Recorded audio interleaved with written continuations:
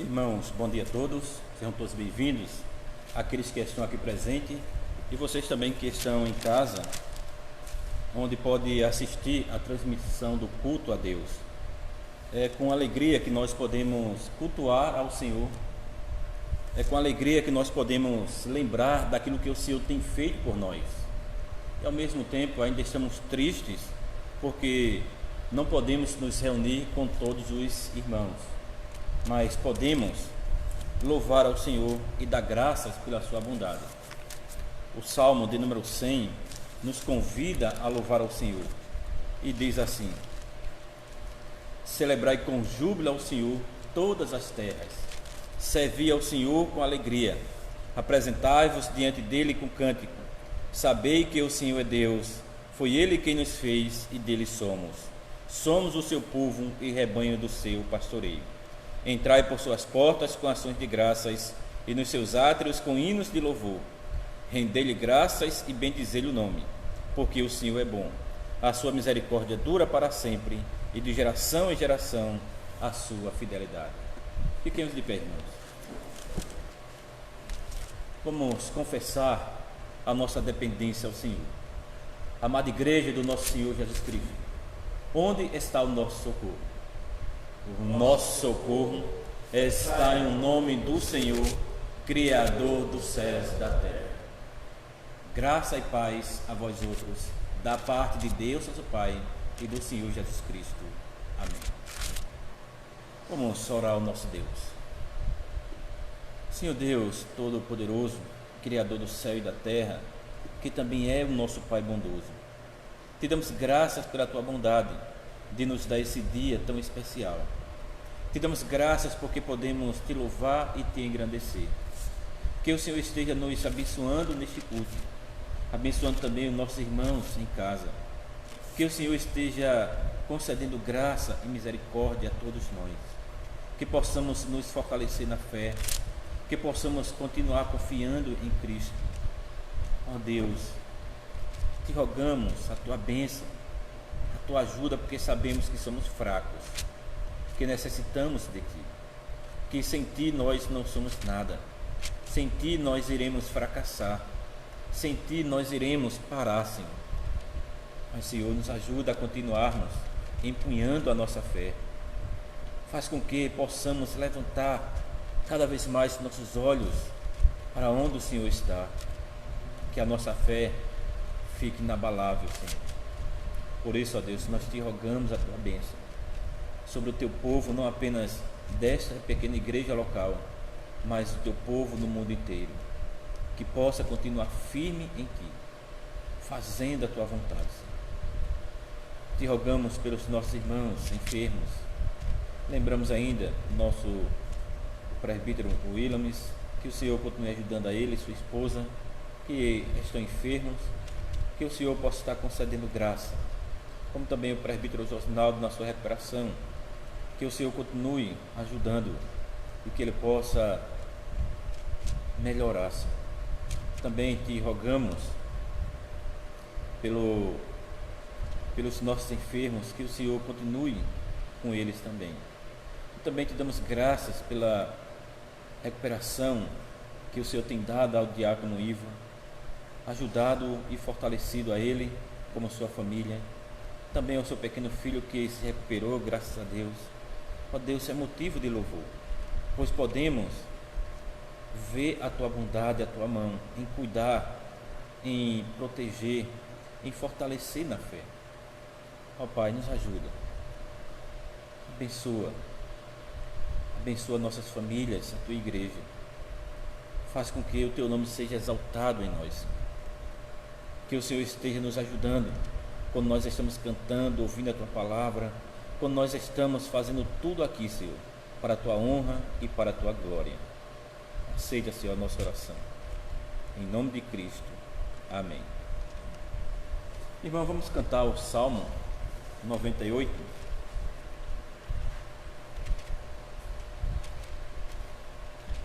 A Deus cantai um novo canto. Salmo 98, página 38. A Deus cantai um novo canto. Então, Cantemos. A Deus cantai um novo canto pelos milagres que criou, por sua mão e braço santo, esta vitória alcançou. A todo o povo é proclamado que o Senhor é Deus fiel, sua justiça tem mostrado na salvação de Israel. Lembro-se da fidelidade e da misericórdia que desde a eternidade em Israel evidente está.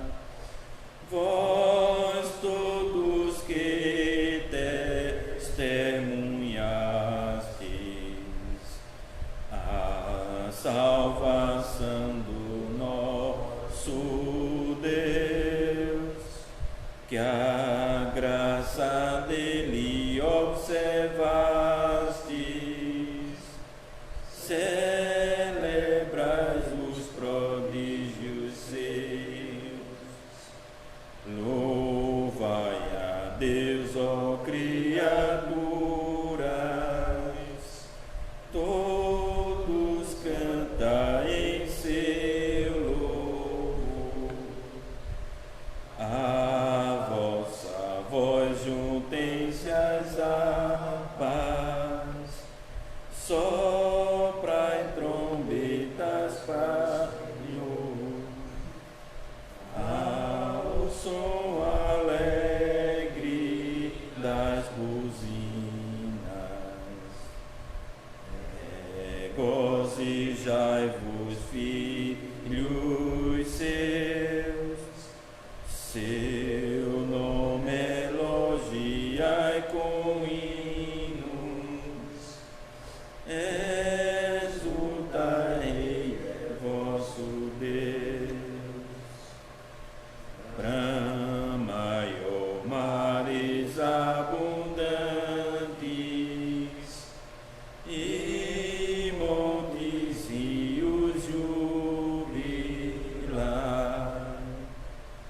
ó terra com teus habitantes, juntai-vos todos desnudai. Hoje já verei o Rei eterno, o juiz justo vem julgar os povos e por seu governo, nela justiça implantar. Os irmãos podem sentar. E vamos abrir a palavra do Senhor no livro de Êxodo, capítulo 20, onde se encontra a lei de nosso Deus. Êxodo 20. Vamos ler a lei de nosso Deus, começando do verso 1 até o verso 17. Êxodo 20, começando do verso 1 até o verso 17. Diz assim: Então falou Deus todas estas palavras: Eu sou o Senhor teu Deus, que te tirei da terra do Egito, da casa da servidão. Não terás outros deuses diante de mim. Não farás para ti imagem de escultura, nem semelhança alguma do que há em cima nos céus, nem embaixo na terra, nem nas águas debaixo da terra. Não as adorarás, nem lhes darás culto, porque eu sou o Senhor teu Deus, Deus zeloso, que visita a iniquidade dos pais nos filhos, até a terceira e quarta geração daqueles que me aborrecem, e faço misericórdia até 1000 gerações daqueles que me amam e guardam os meus mandamentos. Não tomarás o nome do Senhor teu Deus em vão, porque o Senhor não terá por inocente o que tomar o seu nome em vão. Lembra-te do dia de sábado para o santificar. 6 dias trabalharás e farás toda a tua obra, mas o 7º dia é o sábado do Senhor teu Deus. Não farás nenhum trabalho, nem tu, nem o teu filho, nem a tua filha, nem o teu servo, nem a tua serva, nem o teu animal, nem o forasteiro das tuas portas para dentro. Porque em 6 dias fez o Senhor os céus e a terra, o mar e tudo que neles há, e ao 7º dia descansou. Por isso o Senhor abençoou o dia de sábado e o santificou. Honra teu pai e tua mãe, para que se prolonguem os teus dias na terra que o Senhor teu Deus te dá. Não matarás, não adulterarás, não furtarás, não dirás falso testemunho contra o teu próximo, não cobiçarás a casa do teu próximo, não cobiçarás a mulher do teu próximo, nem o seu servo, nem a sua serva, nem o seu boi, nem o seu jumento, nem coisa alguma que pertença ao teu próximo. Em resposta à lei de Deus, vamos cantar o Salmo 130.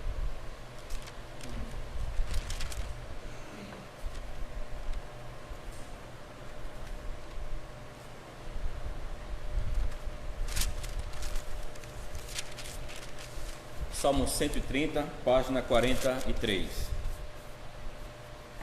Então cantemos.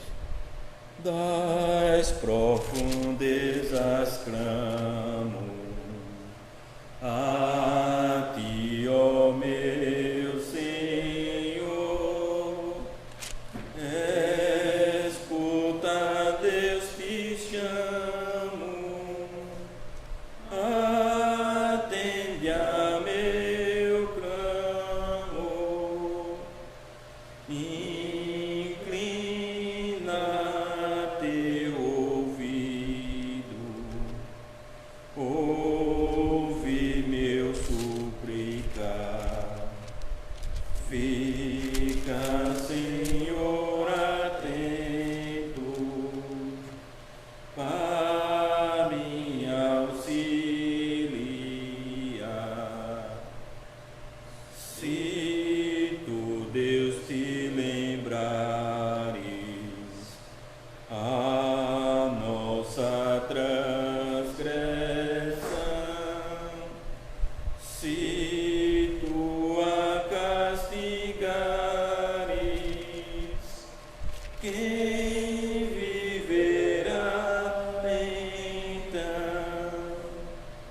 Mas sei que há contigo perdão para nós, Senhor. Tu queres ser temido, servido com louvor. Minha alma esperando, implora teu favor.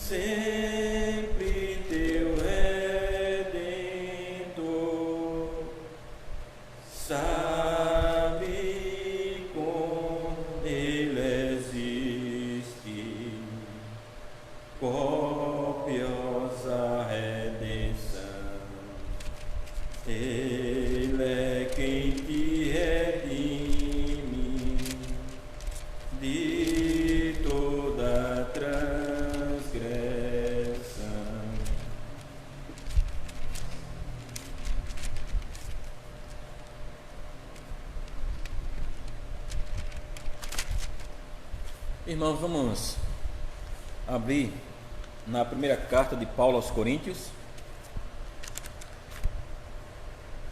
Primeira carta de Paulo aos Coríntios, capítulo 15.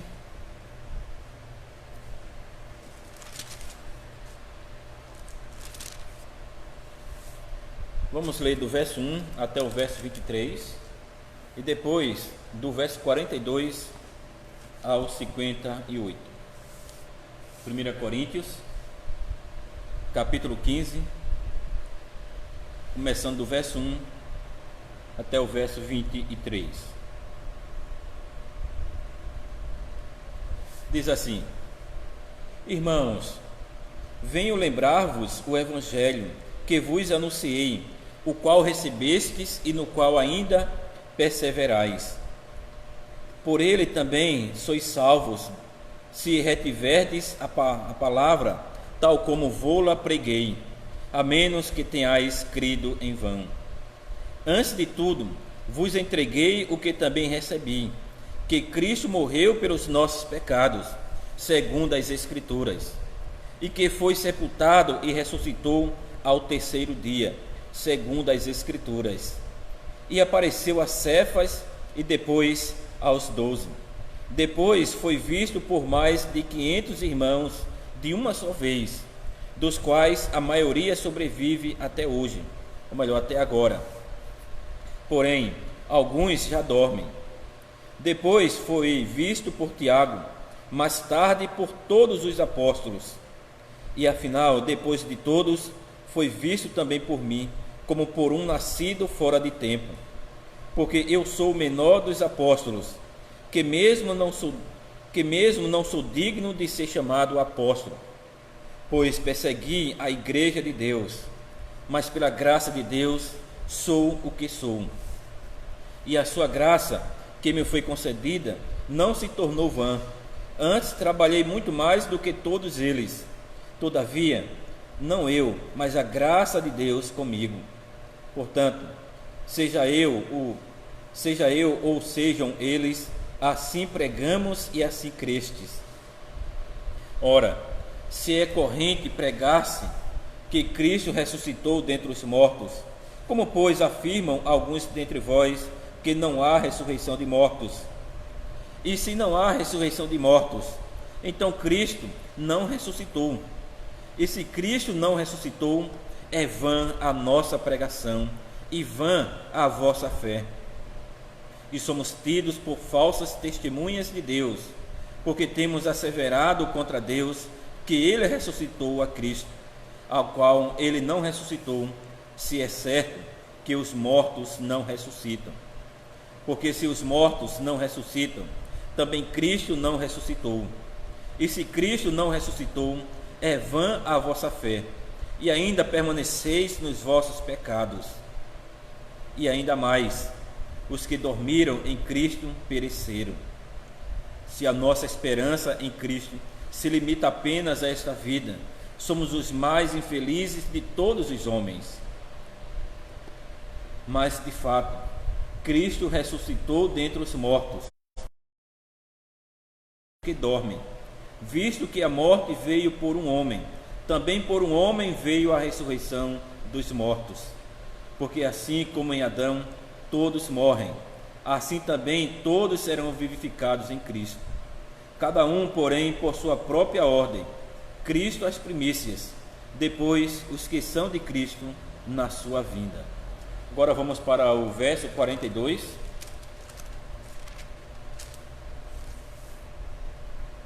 Primeira Coríntios 15, 42, até o final do capítulo, que diz: Pois assim também é a ressurreição dos mortos. Semeia-se o corpo na corrupção, ressuscita na incorrupção. Semeia-se em desonra, ressuscita em glória. Semeia-se em fraqueza, ressuscita em poder. Semeia-se corpo natural, ressuscita corpo espiritual. Se há corpo natural, há também corpo espiritual. Pois assim está escrito: o primeiro homem, Adão, foi feito alma vivente. O último Adão, porém, é espírito vivificante. mas não é primeiro o espiritual, e sim o natural, depois o espiritual. O primeiro homem formado da terra é terreno, o segundo homem é do céu.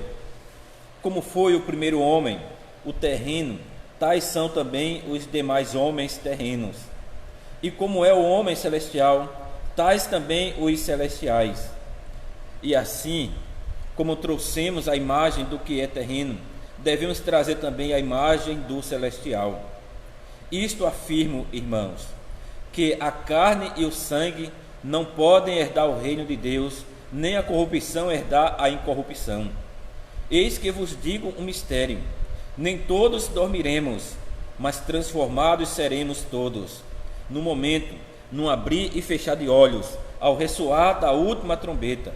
A trombeta soará, os mortos ressuscitarão incorruptíveis, e nós seremos transformados. Porque é necessário que este corpo corruptível se revista da incorruptibilidade, e que o corpo mortal se revista da imortalidade. E quando este corpo corruptível se revestir de incorruptibilidade, e o que é mortal se revestir de imortalidade, então se cumprirá a palavra que está escrita: tragada foi a morte pela vitória. Onde está, ó morte, a tua vitória? Onde está, ó morte, o teu aguilhão? O aguilhão da morte é o pecado, e a força do pecado é a lei. Graças a Deus que nos dá a vitória por intermédio de nosso Senhor Jesus Cristo. Portanto, meus amados irmãos, sede firmes, inabaláveis e sempre abundantes na obra do Senhor, sabendo que no Senhor o vosso trabalho não é vão.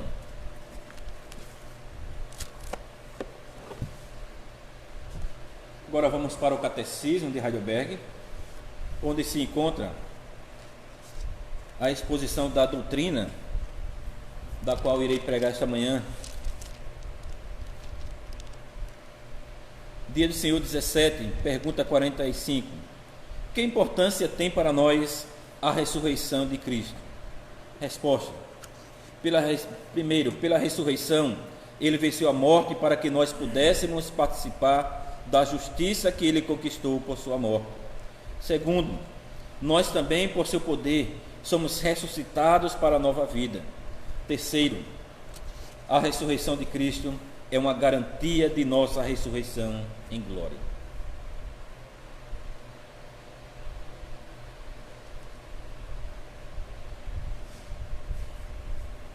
Amada Igreja do Senhor Jesus Cristo, prezados ouvintes, na semana passada nós ouvimos que a morte é uma realidade que todos os homens devem enfrentar.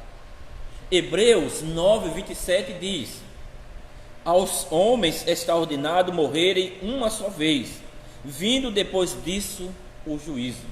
Esta é a realidade que todos nós temos que enfrentar. Não importa se você é rico ou pobre, não importa qual é a sua nacionalidade, não importa a sua cor, todos nós temos que enfrentar a morte um dia.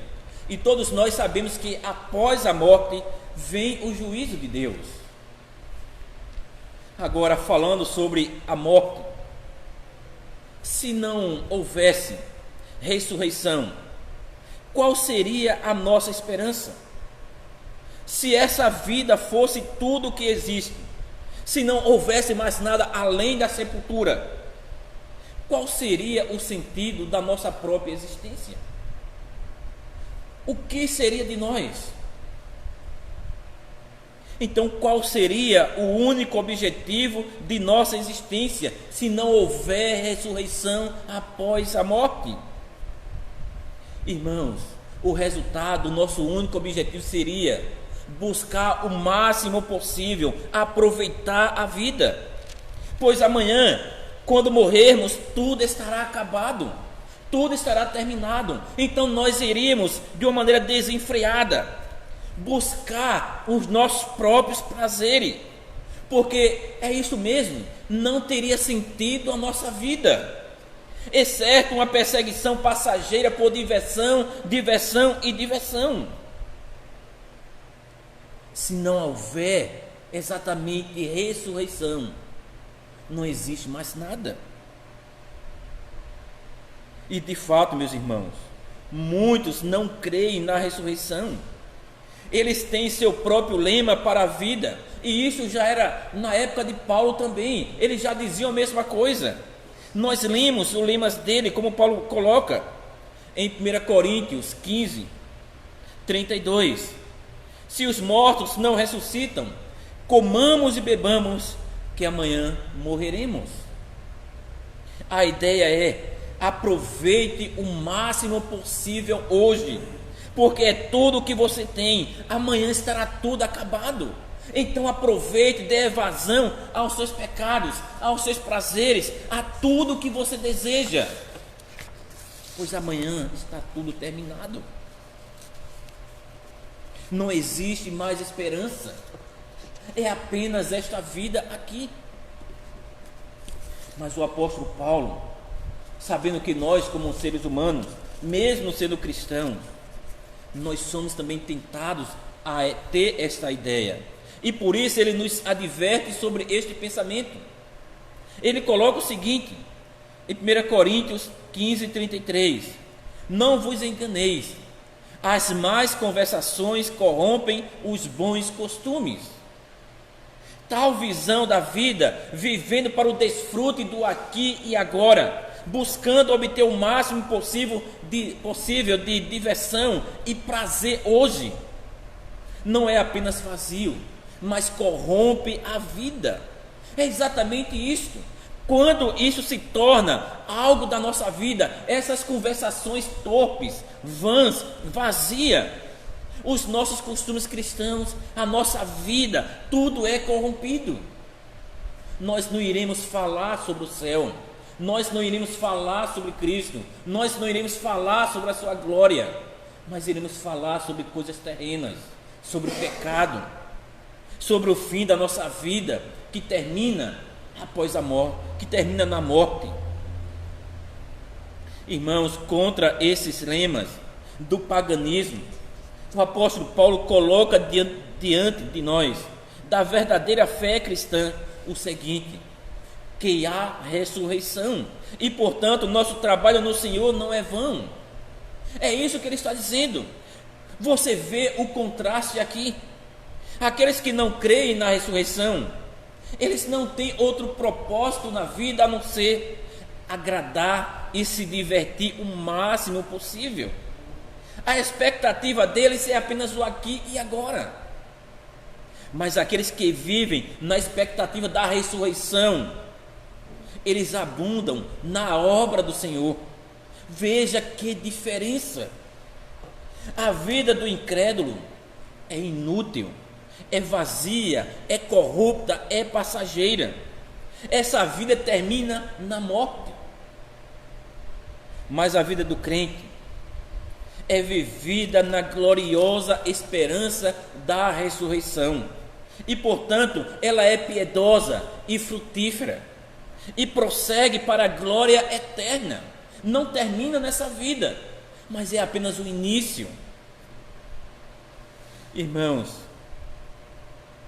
se não esperássemos a ressurreição dos mortos, também nós começaríamos a viver como pagãos, como descrentes neste mundo.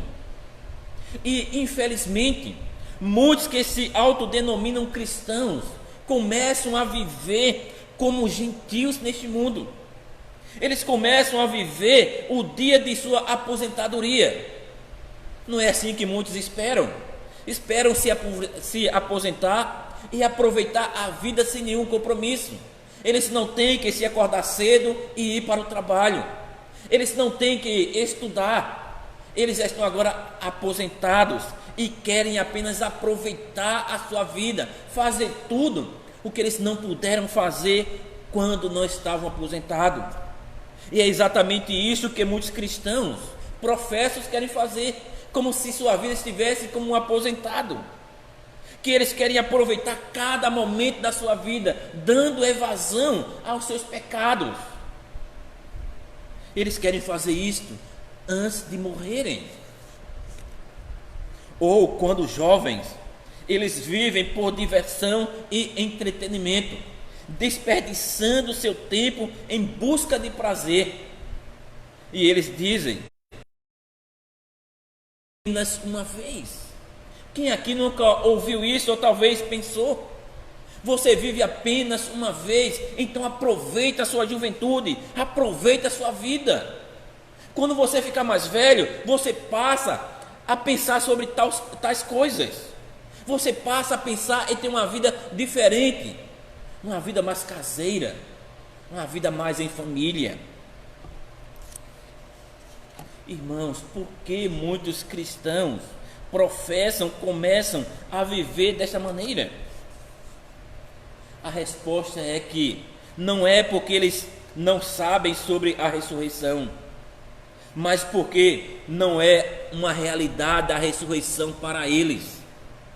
Eles sabem disso, eles ouviram sobre isso, mas tudo permanece em apenas uma conversa entre ele e este assunto. Rapaz, a ressurreição é muito boa, é algo maravilhoso, mas é algo que não vem para o coração, se torna apenas em um debate, em uma conversa entre amigos. Para eles, esta vida é tudo o que eles podem ver. Para eles, o aqui e agora são a única realidade que eles veem, é a realidade que eles vivem. Irmãos, vocês percebem então a importância desta doutrina, a importância dessa doutrina para a vida cotidiana do cristão. Se o evangelho da ressurreição é de fato uma realidade para todos nós, também transforma a nossa vida.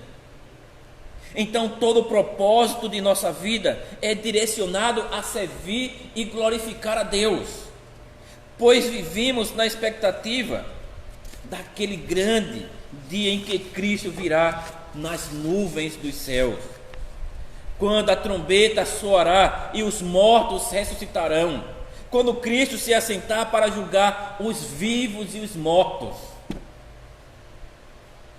A certeza de nossa ressurreição naquele dia muda todo o modo como vivemos esta vida e como passamos nosso tempo aqui e agora. O apóstolo Paulo diz: sem ressurreição, nossa fé seria fútil e inútil, vazia. Então o crente teria sido o mais lamentável de todos os homens, pois teria colocado seu coração em algo que não existe, teria colocado sua esperança em algo que não existe para ele, não tem futuro. Eles perderam apenas tempo crendo em algo que não existe, em um conto de fada. Se não houvesse ressurreição, seria muito melhor nos juntarmos aos ímpios, comer e beber, se alegrar e perecer com eles, pois tudo ali termina. É isso que nós entendemos, é isso que Paulo está dizendo. Se a nossa expectativa de vida termina no caixão, tudo está terminado, não há esperança para nós. Nós perdemos boa parte de nossa vida fazendo algo que é inútil, é vazio. Mas agora, meus irmãos, Cristo está vivo. Cristo está vivo, Ele se levantou dentre os mortos e foi feito as primícias do que dorme. Por isso Paulo está dizendo, no final do capítulo 15, verso 58, portanto, meus amados irmãos, sede firmes, inabaláveis e sempre abundantes na obra do Senhor, sabendo que no Senhor o vosso trabalho não é vão. Presta atenção nas palavras de Paulo. Ele diz: sejam firmes, inabaláveis, feito montes. E ele diz: sempre abundantes na obra do Senhor, sempre fazendo aquilo para agradar o Senhor, para a obra do Senhor. Você pode fazer vários trabalhos, para que a obra do Senhor abunde cada vez mais em sua vida. Irmãos, lembre-se, quando Adão teve que deixar o jardim do Éden, ele foi excomungado da glória da presença de Deus. Deus expulsou Adão lá do paraíso. E quando Adão foi excomungado da presença de Deus, nós fomos excomungados da glória de Deus, a presença da glória de Deus em nossa vida. Depois que Adão pecou, ele e sua esposa ficaram com medo da presença de Deus, e eles se esconderam de sua presença. A presença de Deus os aterrorizava, e com razão. Eles sabiam que eram culpados de morte, de punição eterna. E portanto, a excomunhão de Adão foi mais do que apenas sair do jardim. Ele foi excomungado da glória da presença de Deus. Para simbolizar isso, o caminho para a árvore da vida foi fechado. Essa excomunhão da presença de Deus significa morte, pois é exatamente isto que é a morte. A morte é separação de Deus. Não é por coincidência que a morte é o salário do pecado. Não é por coincidência que Deus escolheu expulsar Adão do paraíso. A separação se tornou uma necessidade, pois Deus não pode ter comunhão com o pecado. Portanto, o pecador ele deve partir, deve ir embora de diante de Deus. E qualquer partida para longe de Deus significa morte. Enquanto estamos em pecado, a porta para a presença de Deus está fechada. E assim, em Adão, não enfrentamos nada além de morte. Mas Deus enviou seu próprio Filho. Enviou seu próprio Filho para se tornar homem, o segundo Adão. O evangelho da salvação é que Deus forneceu outro cabeça, nosso Senhor Jesus Cristo, que não apenas morreu por nossos pecados, mas também ressuscitou para a nossa ressurreição, ou melhor, para a nossa justificação.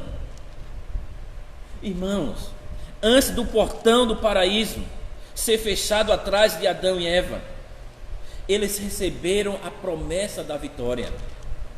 Deus revelou a eles o santo evangelho do nosso Senhor Jesus Cristo, lá no paraíso para aqueles dois. Através de Adão, o portão do paraíso foi aberto novamente, ou melhor, através de Cristo, o portão do paraíso foi aberto novamente. Por meio dele, podemos entrar novamente na glória da presença de Deus. Através de Cristo, nós podemos ver o rosto de Deus novamente. E podemos viver com isto. Agora, o apóstolo Paulo nos diz que Deus fez isso por nós através da ressurreição de Cristo. Ele falou sobre isso, sobre Abraão, no capítulo 4, 22, ou melhor, 20 a 22. Ele diz: não duvidou Abraão por incredulidade da promessa de Deus, mas pela fé se fortaleceu, dando glória a Deus, estando plenamente convicto de que ele era poderoso para cumprir o que prometera, pelo que isso lhe foi também imputado para a justiça. Agora, Paulo diz que esta imputação não estava sendo apenas para Abraão, como está escrito aqui, mas também para cada um de nós que cremos em Cristo.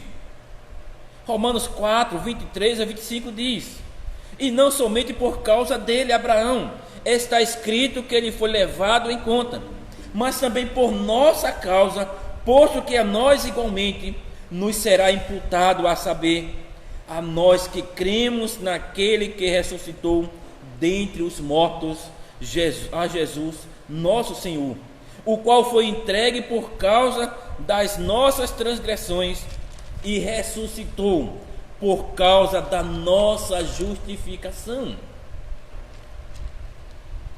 Irmãos, Cristo ressuscitou dos mortos por causa de nossa justificação.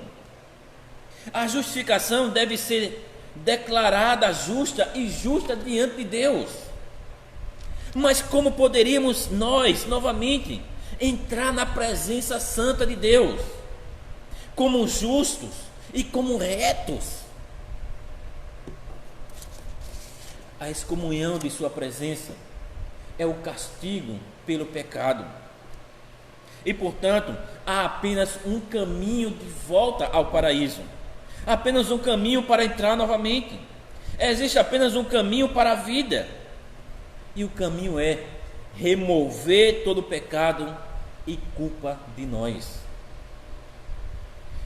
Enquanto permanecermos em pecado, a morte terá vitória sobre nós.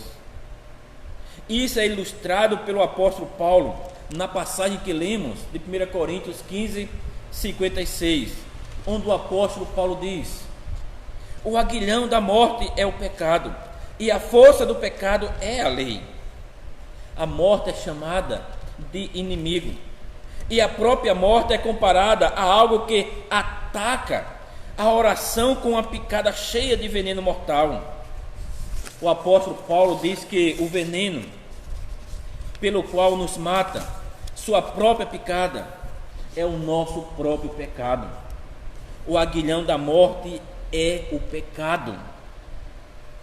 O apóstolo acrescenta que a força do pecado é a lei.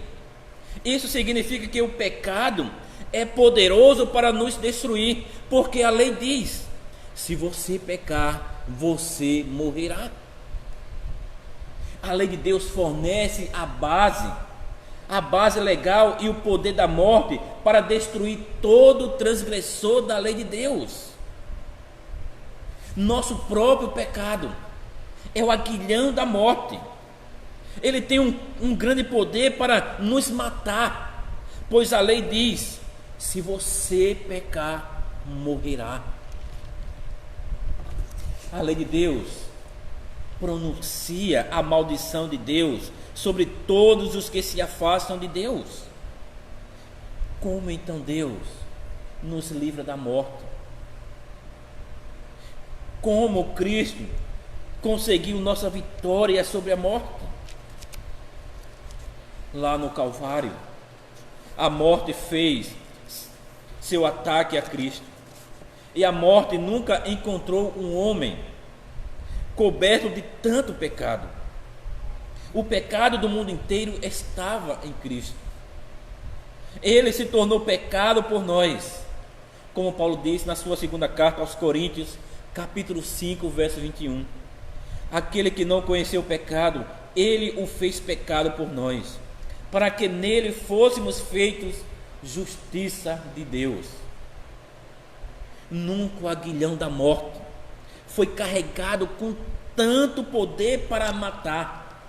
Ali no Calvário tornou-se o ataque mais violento da morte, quando o aguilhão da morte foi carregado com todo o veneno mortal dos pecados do mundo inteiro.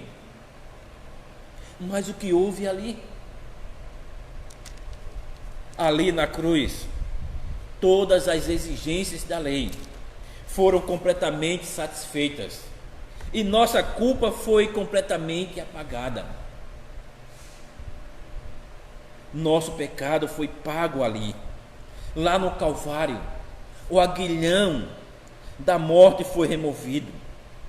Cristo tirou a morte de sua armadura, removendo nosso pecado. Mas você pode perguntar: o que isso tem a ver com a ressurreição de Cristo? Bem, quando o catecismo simplesmente afirma que Cristo venceu a morte por sua ressurreição, temos que entender a ressurreição no contexto da morte que ele morreu por nós. A morte e ressurreição de Cristo são, vamos dizer assim, um pacote só, uma salvação. Sempre que a morte de Cristo é mencionada, sua ressurreição está implícita. E sempre que sua ressurreição é mencionada, sua morte está implícita também. Foi o sacrifício de Cristo na cruz que satisfez completamente a ira de Deus contra o nosso pecado. E por sua obediência ele cumpriu toda a justiça. E por essa razão foi ressuscitado da sepultura. Ele ressuscitou porque a morte não tinha direito sobre ele. A morte não tem o direito a um homem justo. Portanto, ele ressuscitou da sepultura. Agora, quando o apóstolo Paulo diz em Romanos 4:25 que Cristo foi ressuscitado por causa de nossa justificação, é outra maneira de dizer que a ressurreição de Cristo é nossa ressurreição e sua justificação é nossa justificação. Sua ressurreição, que é a vitória de um homem justo, tornou-se a nossa vitória. Tornou-se nossa quando nós somos enxertados pela fé. Cristo não apenas removeu nossa culpa, como conquistou a morte em nosso favor, ressuscitou dos mortos para uma vida perfeita e gloriosa em nosso favor. Ele era o nosso mediador, meus irmãos, não apenas quando estava pendurado na cruz do Calvário, mas também nosso mediador quando se levantou dos mortos na manhã de domingo. Ele não apenas morreu em nosso nome, mas também ele foi criado em nosso nome. Ele ressuscitou em nosso favor para nos vestir de perfeita e gloriosa, para uma vida perfeita e gloriosa que ele ganhou lá na cruz e sua ressurreição. Essa foi a razão da sua ressurreição. A morte não pode segurá-lo, pois ele era justo, e agora também se tornou a razão de nossa ressurreição para a vida. Por causa disso, nós somos justificados diante de Deus. Nós podemos entrar novamente na presença do Senhor. Nós podemos novamente ver a face de Deus e esperamos uma vida gloriosa com isso. Irmãos, esses são os benefícios da ressurreição de Cristo. Nós podemos esperar um futuro glorioso, em glória junto com Deus, na Nova Jerusalém, na Cidade Santa, entrando novamente no paraíso de Deus, que agora é a Nova Jerusalém. Mas se a ressurreição dos mortos não existe, qual será o nosso futuro? Qual será a nossa vida? Que esperança nós temos? Nós apenas iremos fazer o mesmo que os ímpios: comamos e bebamos, que amanhã morreremos. Se nossa esperança se limita apenas a esta vida, nós não temos motivo para comemorar, nós não temos motivo para jubilar, nós não temos motivo para estarmos aqui. Mas por causa da ressurreição de Cristo, nós temos motivos para jubilar, motivo para nos alegrar, pois a nossa vida não se limita a esta vida aqui. Quando morrermos um dia, chegar a nossa hora, é o momento de nós entrarmos por uma nova porta, para estarmos com Cristo lá no céu. Irmãos, que evangelho glorioso, que evangelho esperançoso. Nós esperamos uma vida gloriosa com Cristo. Lá nós podemos nos maravilhar com o Cordeiro de Deus, nos maravilhar no seu banquete, na sua festa de casamento. Nós podemos nos maravilhar na Cidade Santa com Deus. Nós podemos ver o nosso Deus face a face novamente. Nós poderemos conversar com o nosso Deus. E tudo isso por causa da ressurreição em Cristo. Somos justificados, recebemos nova vida e somos glorificados em Cristo. Não existe evangelho mais maravilhoso do que isso. Não existe um Salvador mais maravilhoso e doce como este, que nos dá aquilo que nós perdemos, que nos dá aquilo que nós jogamos fora. Irmãos, somos gratos a Deus por isso. E é por isso que nós estamos louvando e engrandecendo, por causa da ressurreição do nosso Senhor, que mostra que a nossa vida não se limita apenas aqui, mas que é o início da vida eterna. Que o Senhor nos abençoe. Amém. Vamos orar ao nosso Deus. Senhor Deus, obrigado pela tua bondade, pela tua graça. Obrigado por tudo que o Senhor tem nos concedido. Que o Senhor nos ajude, que o Senhor nos fortaleça com esta palavra ainda mais. Que ela possa nos ajudar a ver este mundo de uma maneira diferente. Que possa, Senhor, nos mostrar como é bom estarmos diante de Ti e sermos chamados de Teus filhos. Ajuda e nos conduza para fazermos a Tua vontade, Senhor. Nos fortalece, nos guarda neste dia, no restante do culto aqui. Esta é a nossa oração em nome de Cristo. Amém. Irmão, vamos dar nossas ofertas. E durante as ofertas, vamos cantar o hino 135.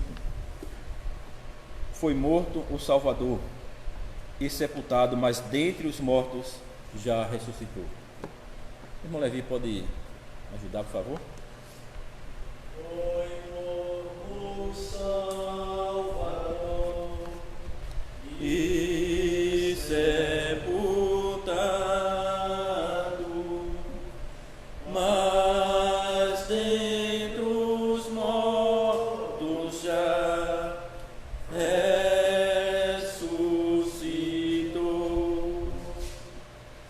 A sepultura saiu, com triunfo e glória ressurgiu,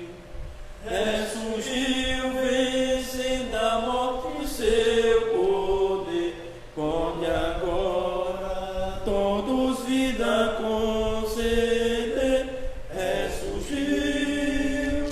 Ressurgiu, aleluia, ressurgiu. Tomarão precaução com seu sepulcro. Foi tudo em vão, porém, para ele da sepultura saiu, com triunfo e glória ressurgiu, vencendo a morte e o seu poder, pode agora todos vida conceder. Ressurgiu, aleluia, ressurgiu. No grande vencedor, eis as primícias dos santos que também ressurgirão. Da sepultura saiu, com triunfo e glória ressurgiu, vencendo a morte e seu poder, pode agora todos vida conceder. Ressurgiu, aleluia, ressurgiu. Irmãos, fiquemos de pé. Recebam a bênção do Senhor. A graça do Senhor Jesus Cristo e o amor de Deus e a comunhão do Espírito Santo sejam com todos vós. Amém.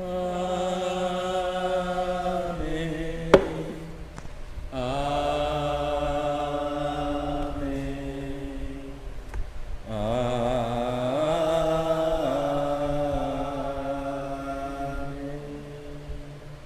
Os irmãos podem sentar. Irmão, só uma notícia rápida. Hoje à noite, às 19 horas, nós estaremos transmitindo o segundo culto. E o pastor Jim, ele irá pregar hoje à noite, como ele tem sempre nos ajudado e se oferecido para pregar. Então damos graças a Deus que ele tem nos ajudado. Então hoje à noite, o pastor Jim estará pregando no culto às 19 horas. Então bom dia a todos, fiquem na paz.